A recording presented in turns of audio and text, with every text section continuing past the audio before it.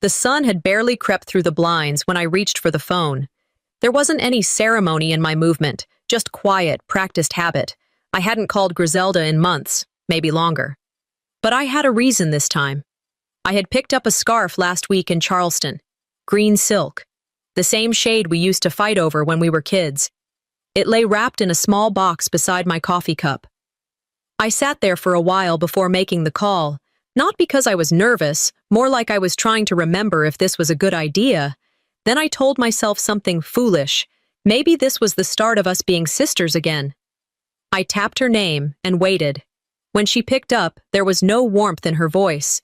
It was short, clipped, like she'd already decided I was interrupting something. I asked her straight, "So, when's the wedding?" Griselda chuckled lightly. "Oh, that. We got married yesterday. It was small. Only special people were invited." That's when my ears stopped working.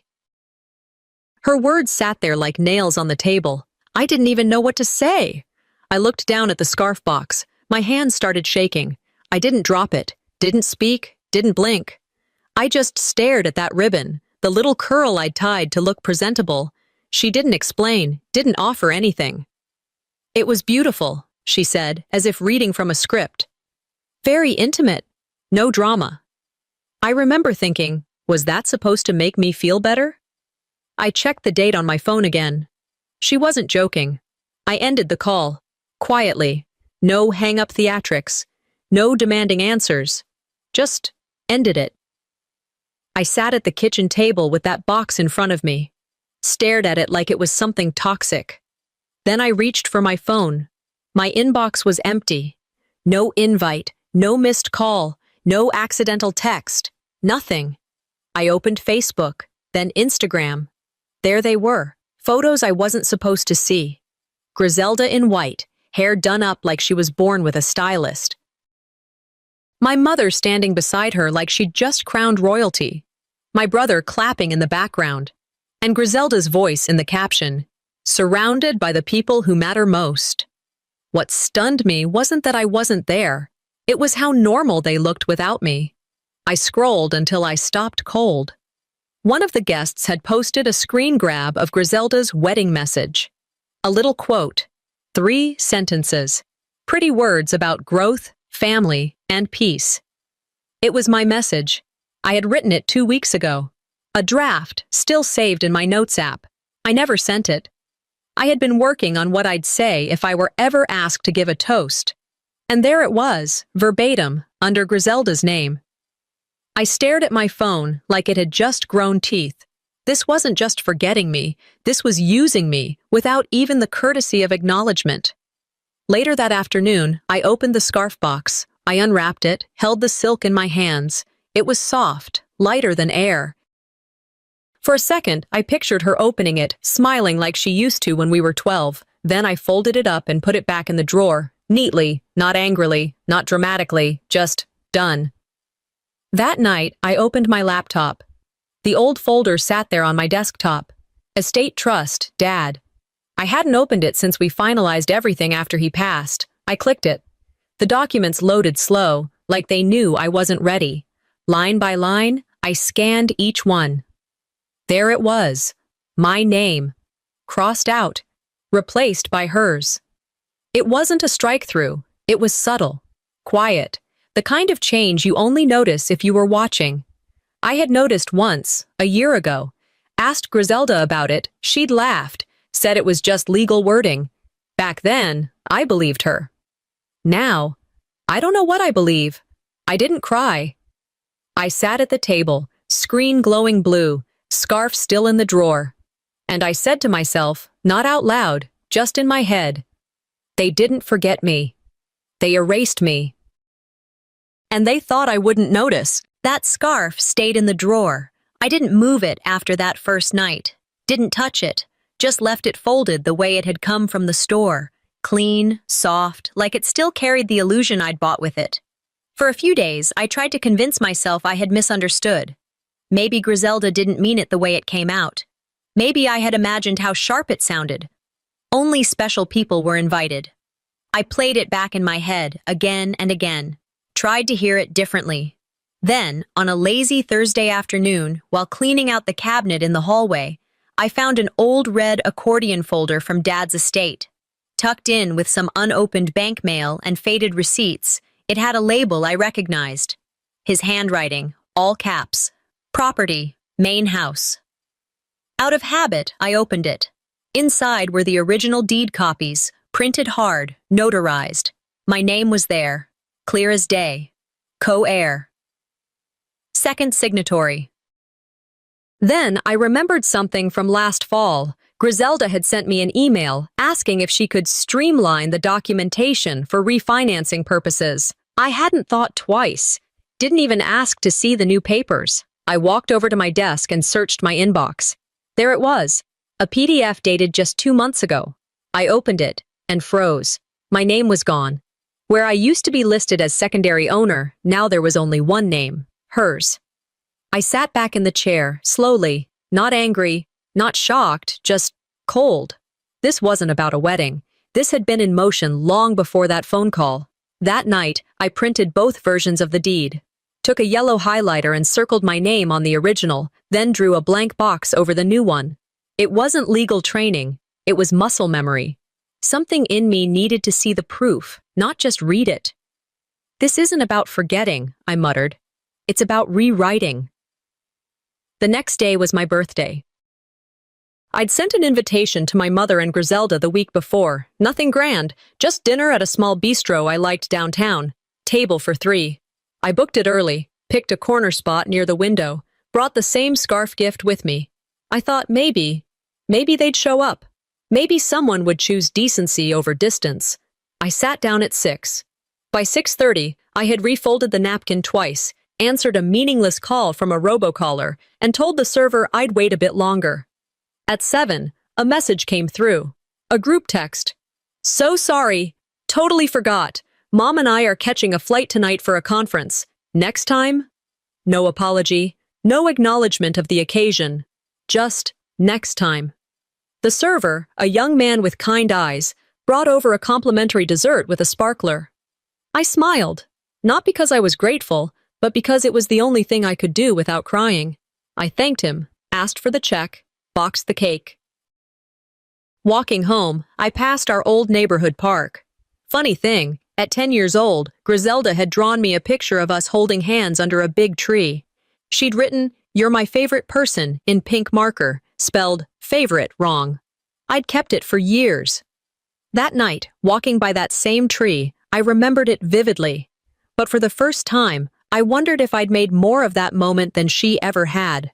Maybe that version of Griselda, the one I'd built in my mind, never really existed.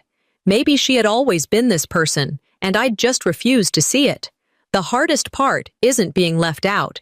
It's realizing you were never really in.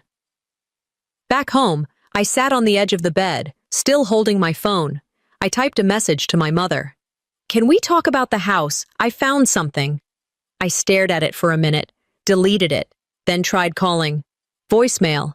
I didn't leave one. I checked Facebook. My birthday post had 3 likes, 2 from coworkers, no comment from family. Not even a thumbs up. "When you're useful, they call," I whispered. "When you're hurt, they're busy." I opened another message, this one meant for Griselda. It just said, "Why?" I didn't send it. Instead, I opened my laptop, created a new Google Doc, named it Timeline of Estate Changes. I began listing everything: dates, names, signatories, version control. No emotion, just method. The scarf was still in the drawer. That night, I put it back in the same place. Gently. Let them think I'm quiet. Quiet people know where the files are. I wasn't angry yet. Not really. I was something else. Numb, maybe. That kind of quiet where everything inside you is moving, but nothing makes it to the surface. I needed to talk to someone who still remembered who I used to be. Not for pity, not even for help. Just to know I wasn't crazy. So I called Vesper Crowley. We hadn't spoken much since Dad passed. She used to be like a second sister. Handled most of the estate's documentation with me, even sat next to me through some of the early hearings. There was a time I trusted her more than anyone in the family. She always said, We're the ones who hold the glue. Everyone else just makes the mess. We met at a small cafe 2 blocks from the courthouse. It used to be our spot. Quiet corner, too much lemon in the water, and a waitress who never rushed anyone. Vesper smiled when she saw me, but it didn't reach her eyes. She looked thinner, hair pulled tighter, phone always face down but close. When we hugged, her arms barely wrapped around my shoulders.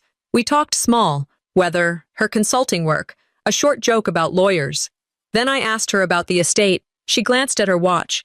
Things got really messy after you stepped back, Aileen. I didn't want to get caught between you and Griselda. I didn't remember stepping back. She swirled her straw in the iced tea. I thought you'd moved on. I asked if she'd seen the final paperwork. She said she hadn't, then started fiddling with the chain around her neck, an old habit. She always did that when she wasn't telling the truth. I just want to understand what happened, I said. I can't get involved, she replied. She left 10 minutes later, saying she had a client call. I picked up the check, sat there looking at a salad I hadn't touched. The seat across from me stayed warm for maybe 30 seconds before it went cold again. On the walk back to the car, I replayed our childhood, slumber parties, birthday cards signed "Best Friend Forever," the summer we buried a time capsule behind the rosebush. Funny how people can carry your secrets for years and then leave them in the dirt the moment things get inconvenient. It doesn't take yelling to lose someone. Sometimes silence is louder. I didn't go straight home. Instead, I made a stop at Griselda's house. I told myself I was just dropping off a book for Zephyr, her son. He liked sci-fi, and I had found a first edition he'd once mentioned. That's all it was. Griselda wasn't home. The housekeeper let me in. Zephyr sat on the living room floor, headphones off one ear, controller in hand. He grinned when he saw me. "You came," he said. "Cool." We talked for a few minutes. I handed him the book. He flipped through it, said thanks, then looked up and said, "Mom says you're just being dramatic. That you don't matter in the will anyway." I didn't flinch, but everything inside me stopped. I smiled, soft. "Oh? Why would she say that?" He shrugged, kept playing. "She says you're not really part of the core family anymore. Like you used to be, but you kinda went weird after Grandpa died." I sat down on the edge of the sofa. Not to rest, just to steady myself. Kids don't invent this stuff. They repeat what they hear at dinner tables. I left shortly after. Hugged him, thanked the housekeeper, walked to my car on legs that didn't feel real. I sat in the driver's seat. Engine off, hands on the wheel, no music, no movement. They weren't just excluding me. They were rewriting me. I started to wonder how many others had already heard that version of the story. How many people now thought I was unstable, dramatic, difficult, just because it suited someone else's narrative. That night, I didn't go to bed. I sat at the kitchen table and pulled out every box I had. Bank records, old statements, notarized copies of legal files. I spread them out, printed new ones, highlighted inconsistencies, circled dates, tabbed pages. This wasn't about revenge anymore. This was preservation. I wasn't going to argue with them in family group chats. I wasn't going to send another message asking to be included. I was going to document everything. Quietly, relentlessly. I opened a new folder, named it Proof. Not for them. For me. Just before sunrise, I opened the drawer, took out the green scarf again, and placed it gently into my briefcase. By the window, I watched a single car roll past, headlights cutting across my wall like a silent apology. "If they've already decided I don't belong," I whispered to no one, "then I've got nothing left to protect." I clicked open a new note on my phone. Typed, "Find estate lawyer. Discreet. No family ties." I'd spent the weekend cross-referencing emails and legal documents until my eyes felt like paper. On Monday morning, I drove to the local newspaper office. Told the woman at the front desk I was researching a public article related to estate filings. She handed me a copy of Sunday's preview edition. Front page, The Pierce Legacy, 3 generations of community leaders. Big bold font, above the fold. Photos everywhere. I didn't see my name once. Griselda was pictured in 3 shots, standing with our mother, speaking at a fundraising gala, standing alone on the porch of our father's house like she'd built it herself. There was one group shot. Family gathered on the steps of the courthouse after the foundation was restructured. I knew that photo.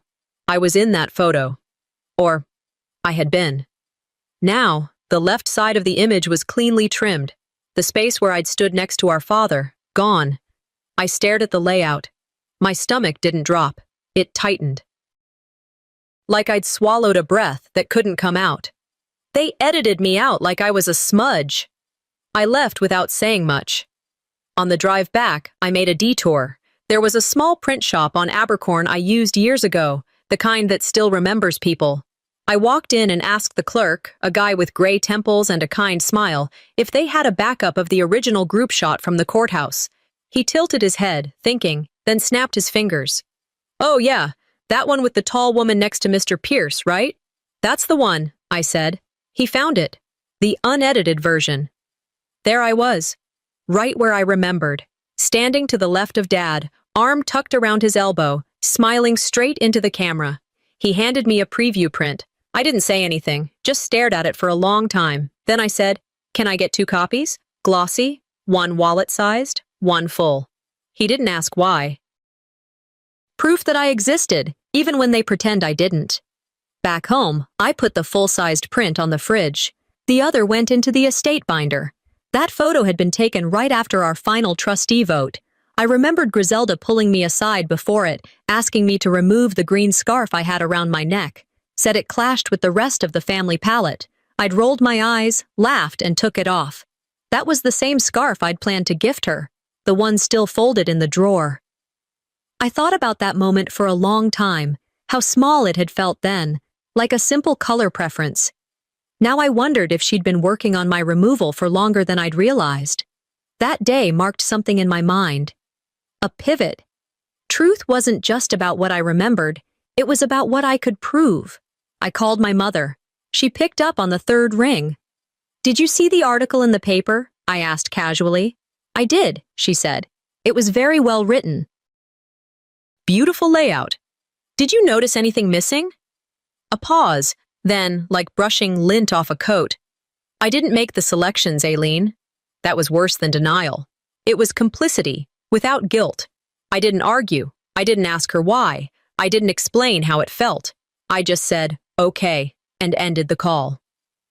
I spent the rest of the day on the floor of my office. Papers spread around me. I wasn't sorting them for legal proceedings yet.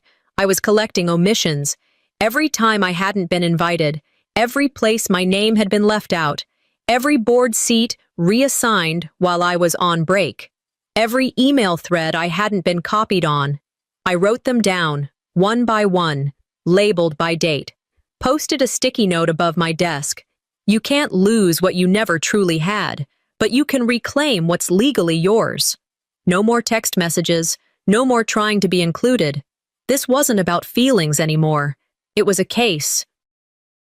By evening, I'd built a skeleton timeline of the trust's original terms, matched to my father's documents, all the gaps, all the swaps, all the deletions. Emotion didn't protect me, I said out loud to an empty room. Precision might. I closed my laptop and opened a glass of water, checked my phone. Something had popped up under the online version of the article. First comment. Isn't there a 3rd sibling? Or did I imagine her? 12 likes. Someone else replied. No, there was someone else. Wonder what happened? I didn't respond. Didn't need to. I took a screenshot, saved it to the folder marked Echoes. Some people still remember. That matters more than I thought. The cabinet in Dad's study hadn't been opened in over a year. I knew because the dust didn't lie. I knelt down in front of it with no real plan. I wasn't searching for anything. I was just checking, touching what was left. And that's when I found the envelope, yellowed, tucked behind a stack of old property tax records. The label said, Will, Final, Original Copy, Witnessed. My chest didn't tighten. My hands didn't shake. I just opened it. Inside was the version I remembered. His handwriting still sharp, his signature still pressed deep into the page like he meant every stroke. And below it, the words, My daughter who asked for nothing. My name was first, not second, not also included. First, executor, primary heir. So I wasn't imagining it. I wasn't rewriting history in my head. They were. I took a deep breath. It didn't feel good, exactly. It felt like vindication wrapped in grief. Like finding an old coat you thought you lost, only to realize it never fit you right in the first place. I pulled up the digital copy Griselda had filed months after Dad's funeral. Her name was there, alone, no amendment form, no revision notice, just a slick new PDF with polished formatting and a timestamp that conveniently lined up with the week I'd been out of town, handling his memorial service in North Carolina. This wasn't an oversight, it was an overwrite. I lined up both versions, printed them side by side. Hers was clean, mine was real. Dad's original signature was notarized. The envelope had a postmark dated 2 days before he fell into his final coma. I didn't cry. I opened a new document, titled it, Legal Discrepancies. I didn't write anything in it yet, but I knew I would. By late afternoon, I was dialing Thane Morrissey, Dad's old attorney. I hadn't spoken to him since the funeral. He picked up after 3 rings. "Aileen," he said, like I'd never left. "You holding up?" "Barely," I said. "Thane, do you remember the final version of my father's will? The one with your name as executor?" "Yes." "Of course I remember. Your father was very clear. He trusted you to handle the estate. Were you involved in the newer version that was filed?" He paused, long enough for me to know the answer. "No. Griselda told me she had it handled. She said you were stepping back." I didn't reply. His voice shifted, went from warm to firm. "If you have that original copy, Aileen, don't lose it. It'll hold weight, especially if it's witnessed and dated." "It is. Then protect it like gold." I scanned it to my laptop, saved it to 2 external drives and a cloud account under a pseudonym. Then I printed 3 certified copies and sealed them into separate envelopes, one for a lawyer, one for a safe, one for whatever came next. Later that night, while checking some spam folders for a missing confirmation email, I found something I wasn't supposed to see. A chain titled, Aileen, Keep Her Out Quietly. It was from Griselda, CC'd to our mother, and Vesper. I read it, then read it again. Lines like, "We need to monitor her moods. She's always been obsessive with fairness. She spiraled after Dad died. Don't antagonize her, just make space. Limit anything financial. Redirect if she asks too many questions." My eyes didn't blur. My jaw didn't clench. I just folded. This wasn't just cutting me out of papers. It was cutting me out of character. They were setting a narrative, not just to others, to each other. Building a case before I even knew I was on trial. I printed the email, filed it under the folder marked proof. I didn't call anyone, didn't demand answers, didn't send a response. I sat with it, let it rot in the silence they'd created for me.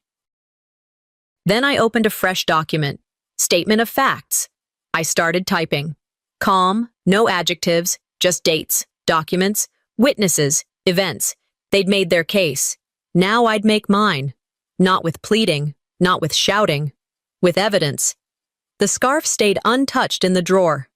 It didn't deserve this part of the story. Before bed, I booked a consultation with a probate attorney, used a different name, a referral from a friend who owed me nothing and liked it that way. Then I made a list, people who had been in the room when the original will was signed, notarized, witnessed. I outlined every change made after Dad's death, crossed them with emails, calendar entries, photos. This wasn't going to be a battle of volume. It was going to be a battle of precision. I wasn't supposed to see the email. A friend forwarded it to me out of courtesy, one of those small-town courtesies where people don't want to be in the middle of it, but still want you to know. The subject line read, Civic Awards Luncheon, Legacy Preservation Honor, Griselda Pierce. I stared at the screen for a long time. The award was for ongoing restoration of the Pierce family estate. The one I had paid for, planned, filed permits for, managed every contractor and invoice for over 2 years.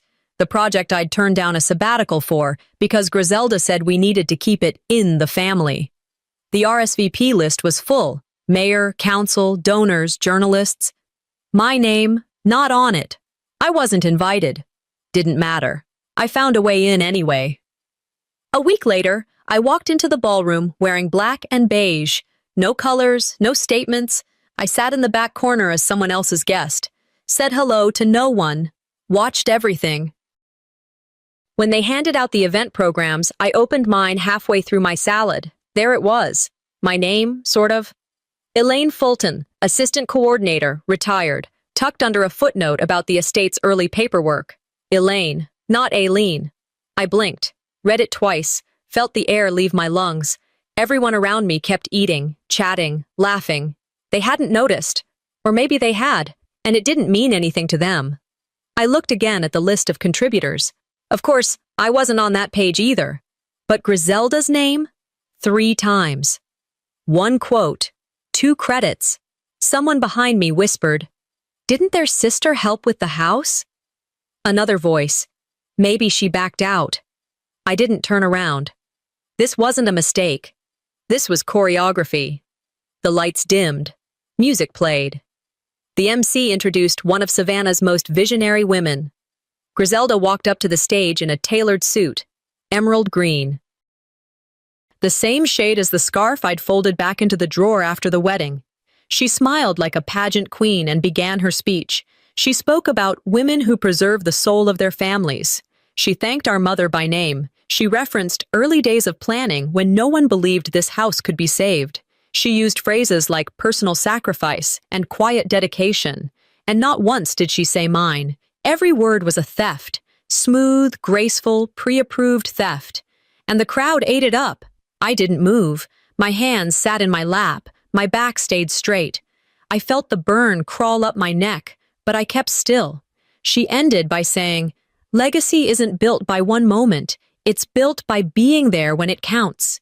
They clapped like she'd solved world hunger. She hugged the mayor. She took photos with city council in front of the new branding banner, the banner I'd designed.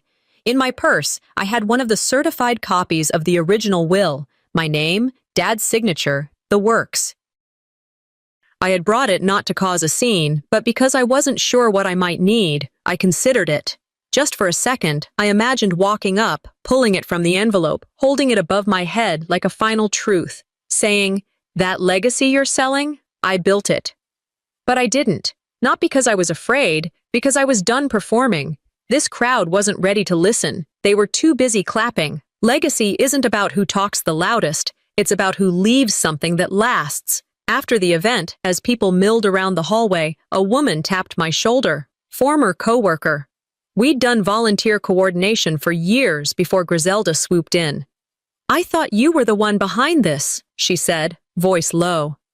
I didn't explain. I handed her my card. "Let's talk soon." That was all I needed. If even one person noticed the truth didn't match the stage lighting, that was a start. Back at home, I wrote a line on a notepad. Every performance has an audience. Some take notes. Then I opened a new file on my desktop. The day my name was rewritten. I listed everything, the misprinted program, the edited project credits, screenshots of her quotes, photos from the event, pulled from Facebook, tagged and time-stamped. I attached them all to a secure legal folder. Then I opened the old envelope again, the one with Dad's handwriting, folded it back into its sleeve. They wanted legacy. Let's make one they can't delete. The coffee shop on Barnard hadn't changed much. Same chipped tables, same smell of burnt espresso grounds. I met her there by accident, or maybe fate had a hand in it, an older woman from my father's old Rotary group. I recognized her immediately. She looked surprised to see me. She smiled the way people smile when they're trying to gauge how much you know. We made small talk. She asked how I was doing, what I was working on. I gave polite, vague answers. Then she leaned in just slightly and said, "We missed seeing you in the Pierce family segment last month. You were always so involved." I nodded. Took a breath before responding. "Oh, things changed." She tilted her head. "I always thought you were the architect behind that estate restoration." That one landed different. It wasn't a compliment. It was confirmation. Someone outside the family remembered. Someone saw. That hit harder than all the apologies I'd never get. Back home that afternoon, my phone buzzed with a calendar alert. I ignored it at first, but something pulled me back. It was set for Griselda's wedding, past event. I clicked it. One of those syncing glitches had brought over an old draft of a planning email. Curious, I clicked View Thread. My stomach tightened. It was a message chain between Griselda, our mother, and Vesper, sent weeks before the wedding. Floral designs, seating maps, timeline for the ceremony. Then I saw it. Our mother had written, Aileen would make it complicated. Better to leave her out quietly. That sentence didn't come from anger. It came from calculation, polite on the surface, surgical underneath. I read it 3 times. They hadn't just forgotten me. They had planned around my absence. The kind of exclusion that came dressed in soft language and subtle tones. I called my mother. She picked up quickly, like she always did when she didn't expect confrontation. I asked if she saw the article last week, the one where I'd been cropped out of history. She paused. Yes, it was very well written. Beautiful layout. I waited. She didn't mention my absence, so I brought up the email. Calmly. She denied it first, then stumbled, said, I didn't think you'd want to be there. I didn't let her off easy. Or did you not want me there? She sighed. It was simpler this way. You always make things too emotional. That was it. No yelling, no tears, just silence. Then I said, got it, and hung up. Not in rage, in clarity. I wasn't looking for an apology anymore. I was looking for documentation. That night, I cleared the living room wall, started pinning photos, copies of articles, printed emails, invoices. I connected omissions to events, public recognition to private removal. I named the file, what they didn't want in the record.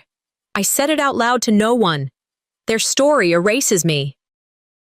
But facts have memory even when people don't. From that moment, my focus changed. I didn't want justice. I wanted accuracy. The next day, I stopped by the community center to drop off some old donation paperwork they'd been asking for. Same woman from the cafe was there. She smiled again, this time, different. You really were the backbone of that place, she said. Everyone knows it. I handed her a card. If anyone asks about the estate, I said, tell them what you remember. Not angry, not desperate, just clear. Truth doesn't need drama, it just needs witnesses. That night, I got a voicemail from Griselda. Her voice wasn't sharp this time. It was off. I heard you've been asking around. What exactly are you doing? I didn't call back. I texted her one sentence. Just documenting what happened. Should I be worried you're worried? Then I filed the voicemail with the rest, marked the date, and smiled, because fear had finally changed sides. It started with a text from Lisa, an old friend from my finance days. Channel 4, now. She's live. I didn't ask who, I already knew. I turned on the TV and there she was, seated across from a national anchor who didn't know she was interviewing a fraud. Griselda looked polished, camera ready, her hands folded perfectly in her lap like she'd been trained, and around her neck, my scarf, not one like it, mine. The green silk I'd folded and placed in a drawer months ago. The one I bought for her before I was uninvited to the wedding. Somehow, it had made its way around her throat, now acting as a soft backdrop to her lies. They talked legacy, empowerment, female leadership. She smiled as she dropped lines like, sometimes to grow, you have to leave certain people behind. And the host nodded. I didn't throw my mug. I didn't scream. I sat there, sipping coffee that had gone cold an hour ago, watching my work, my family's name, my trust, wrapped in a scarf on national television. She just put my name back on the record, I muttered to no one. She just doesn't know it yet. Later that day, I got a message from my backup attorney. A lien had shown up, filed against the Pierce property. 3 months ago, Griselda had used the estate as collateral for a private equity loan. Only, the estate wasn't hers alone, not legally, not financially, not by any stretch of Dad's will. No co-signature, no power of attorney, just an assumed full ownership filed under her name. She'd listed my share as inactive interest. Like I was dead, I didn't panic. I gathered everything. Dad's notarized will, the deed with dual signatures, the restoration invoices I'd covered personally. I stacked the pages on my kitchen counter like cards before a final hand. And I labeled the folder, Fraudulent Leverage, Exhibit 7A. That evening, Griselda broke her silence, texted me directly for the first time since the funeral. No matter how loud you get, you'll still just be the one who funded it, not the face of it. You're lucky I let that scarf shine. That's what she wrote. It wasn't even rage that hit me, just disgust. I replied with one emoji, a receipt, then typed, "You just put that scarf on camera. It'll look great in the evidence packet." I sent the thread to my attorney. Subject line, "Admission via arrogance." After dinner, I walked into the garage, opened the locked filing cabinet, and laid out every piece, documents, photos, timestamps, on the folding table I used when Dad and I used to sort tools. I set up my phone and began recording. Not for the courts, for the record. I spoke calmly, like I was giving a weather report. This is a statement of facts. I laid out the money trail, the ownership, the deceit. I showed screenshots, legal certificates, photos from the Civic Awards event, the scarf footage. "This is a legacy laundering operation," I said, "and I'm the laundry tag they tried to rip off." When I finished, I saved the video twice, one to a hard drive, one to an encrypted folder. Titled it, Legacy, Defined by Truth. I looked at the scarf one last time before sealing it in a glass display box, labeling it, Evidence, Claimed as Symbol. 2 days later, I got an email from Odette Velez, a local reporter who had covered the Civic Awards. She didn't waste time. "I know you were the real architect behind that estate. Want to talk?" I didn't hesitate long. "Only if you're ready to tell the story they've cropped for too long." I sent her a sample of my files, photos, timeline, quotes. A few hours later, she wrote back, "This isn't a family dispute. It's a cover-up. This story has teeth." For the first time in weeks, my hands were still. I wasn't shaking. I wasn't waiting. The next morning, I finalized everything. Video, legal notes, transcripts, evidence list. Saved it all under a new title. The Pierce Case, Controlled Release. Set it to email a lawyer, a journalist, and a notary if I didn't cancel the timer within 10 days, just in case. Then I looked at the scarf in the display box, wrote a note, "Let them wear it." And I ended my affidavit with a single line. "My name doesn't need to be said, it just needs to be signed." They told me it wouldn't go anywhere, that these kinds of cases don't end in resolutions, just in exhaustion. But the petition was accepted. The hearing would be closed to the public. No press, no recordings, just panel members, counsel, and paper. I didn't need a crowd. I needed facts, and I had them. That morning, I wore gray, simple blazer, black flats. No makeup beyond what would keep me from looking tired. Around my neck, a scarf, the other half of the set I'd bought before Griselda's wedding, the one I hadn't given her. I arrived 15 minutes early, sat at the end of the table, back straight, hands folded. Griselda walked in a few minutes later, flanked by a young attorney who looked like he was still learning to tie his tie. Our mother followed, not speaking. Her eyes met mine for half a second, then dropped. That was fine. I wasn't here for her anymore. I breathed once.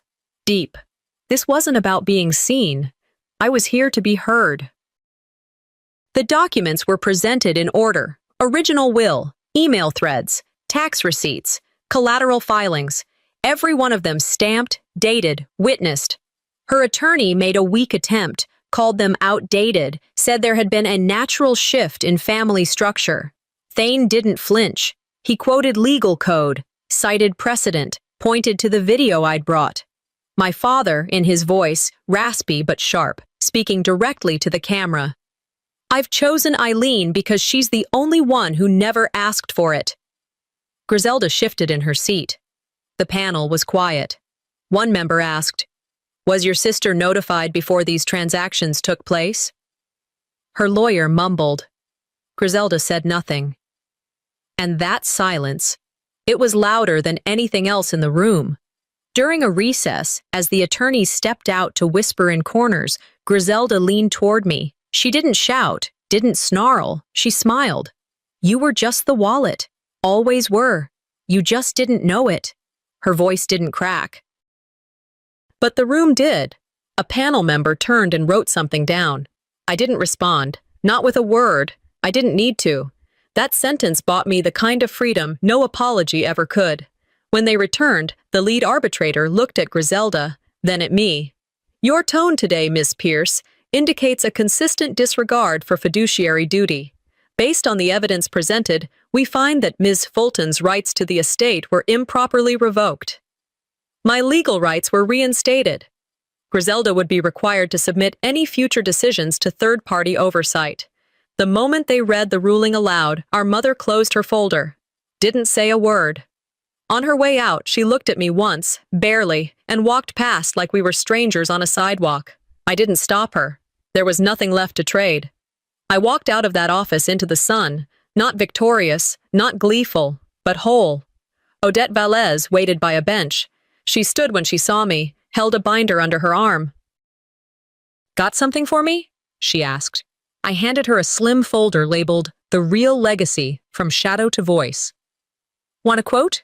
she added. I shook my head. Just the facts. Then paused. "Some people inherit property," I said. I inherited silence and turned it into evidence. She smiled, nothing performative, just a knowing kind of smile. I declined a full interview, told her to run the piece when she was ready. Later that week, I visited my father's grave, brought the scarf. I didn't make a speech. I didn't cry. I sat quietly, then slid the scarf and a copy of the court ruling into a waterproof envelope and buried it under the old oak tree behind his headstone. "I carried the weight," I whispered. "I return the rest." Months later, the launch of my foundation was small, deliberately so. No press, no speeches, no grand opening, just a quiet registration and a digital archive. A place for women like me, women erased by family, by silence, by rewritten names in documents they never saw.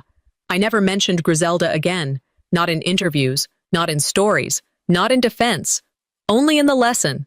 Truth doesn't shout, it outlasts.